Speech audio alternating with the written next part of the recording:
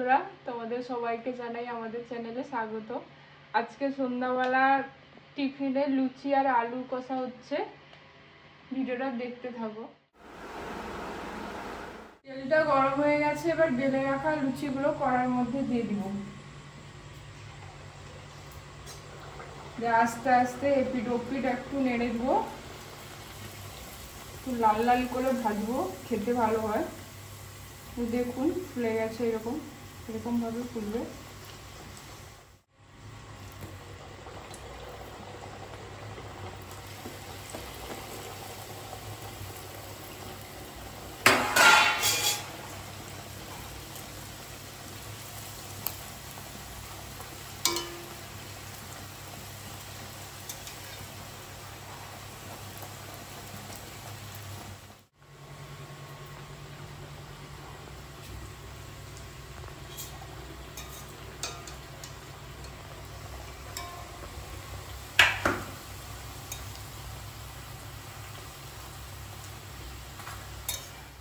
হয়ে গেছে, এবার তুলে নিব।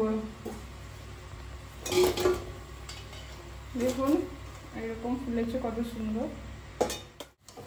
লুচির সাইজগুলো খুব সুন্দর হয়েছে, কিন্তু এই খুন্তিটা খুঁচে লুচিগুলো ফেটে যাচ্ছে। লুচিগুলো কেমন ফুলেছে দেখুন, পুরো একদম এপিট ওপিট দুপিটই ফুলে গেছে পুরো একদম। এবার নামিয়ে নিব।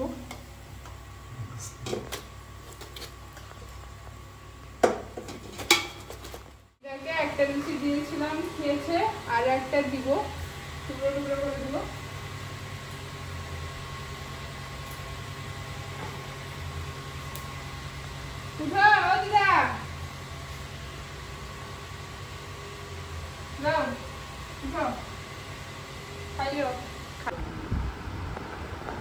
মা এখানটায় লুচি বেলছে, আমি লুচিগুলো ভাজছি সেখানটায়।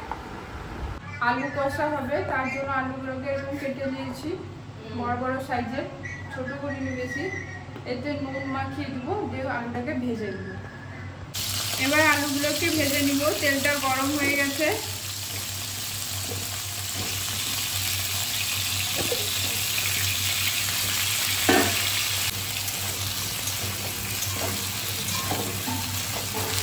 একটু লাল লাল করে ভেজে নিব আলুগুলোকে।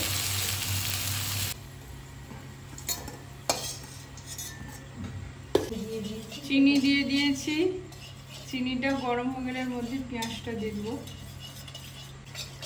এর মধ্যে পেঁয়াজটা এবার দিয়ে দেবো।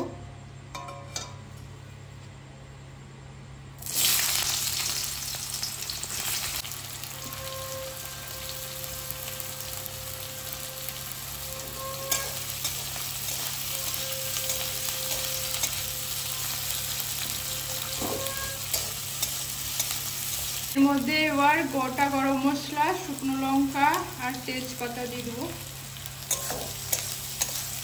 দেখুন আর করে করবো। পেঁয়াজটা একটু লাল লাল করে ভাজা হলে এর মধ্যে এবার আদা রসুন দেবো। কি গরম! পেঁয়াজটা এবারে যে ব্রাউন মতো কালার চলে এসছে, ভাজা হয়ে গেছে। এর মধ্যে এবার আদা রসুন বাটাটা দিয়ে দিব। প্রথমে রসুন বাটাটা দিলাম, তারপরে একটু নাড়াচাড়া করব, তারপর আদা বাটাটা দিব। এরপর আদা বাটাটা দিয়ে দিব।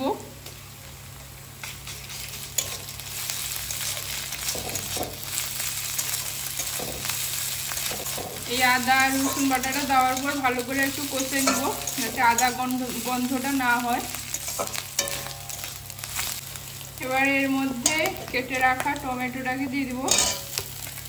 অল্প একটু নুন দিব, কারণ আলু ভাজার সময় নুন দিয়েছিলাম তাতে। এখন একটু দিব, পরে লাস্টে নুন চিনির পরিমাণটা টেস্ট করে যদি লাগে তো দিব।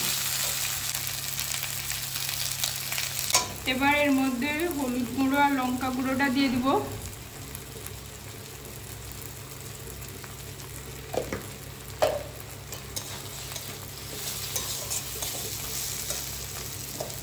এরপর লঙ্কা গুঁড়োটা দিব।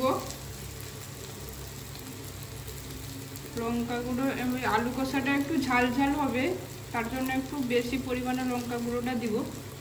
এবার এর মধ্যে অল্প পরিমাণে একটু জল দিব, বেশি দিব না, কারণ এটা কষা কষা থাকবে।